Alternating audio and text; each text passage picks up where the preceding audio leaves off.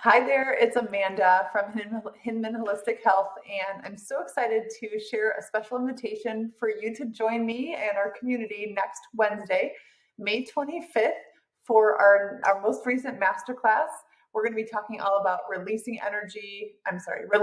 weight, boosting your energy big time, right? As we know, summer's right around the corner and longer days, more sunlight. We want to have more energy and more fun to be able to take advantage of this amazing season, and also how to release that feeling of overwhelm or anxious thoughts.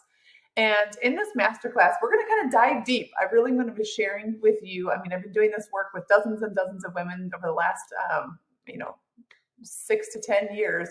And I'm going to be sharing with you the three things that hold women back most often. And really, we're going to be talking about the only three reasons that you would ever get stuck on creating a massive shift in your health. And I want to see, are you clear on what those reasons are? And do you have a plan in place to make sure that you're going to be able to move through those areas of stuckness so that you can continue to feel better? We're also going to be diving into the universal practice that every single woman needs in order to create lasting shift in your health. Something that's not going to be just for, a couple weeks or even a couple months that you feel better and then kind of revert to back to symptoms and headaches and weight gain and bloating and all of the other stuff that goes along with imbalanced hormones.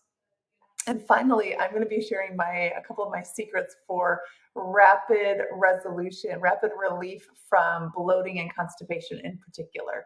So be sure to join us. Check out the link here for more information. We're going to be doing it at 12 p.m. Central Standard Time. So during your lunch break, so kind of get in the trenches and start to do some of this real work so you can see a shift immediately following our time together next Wednesday. Hope to see you there.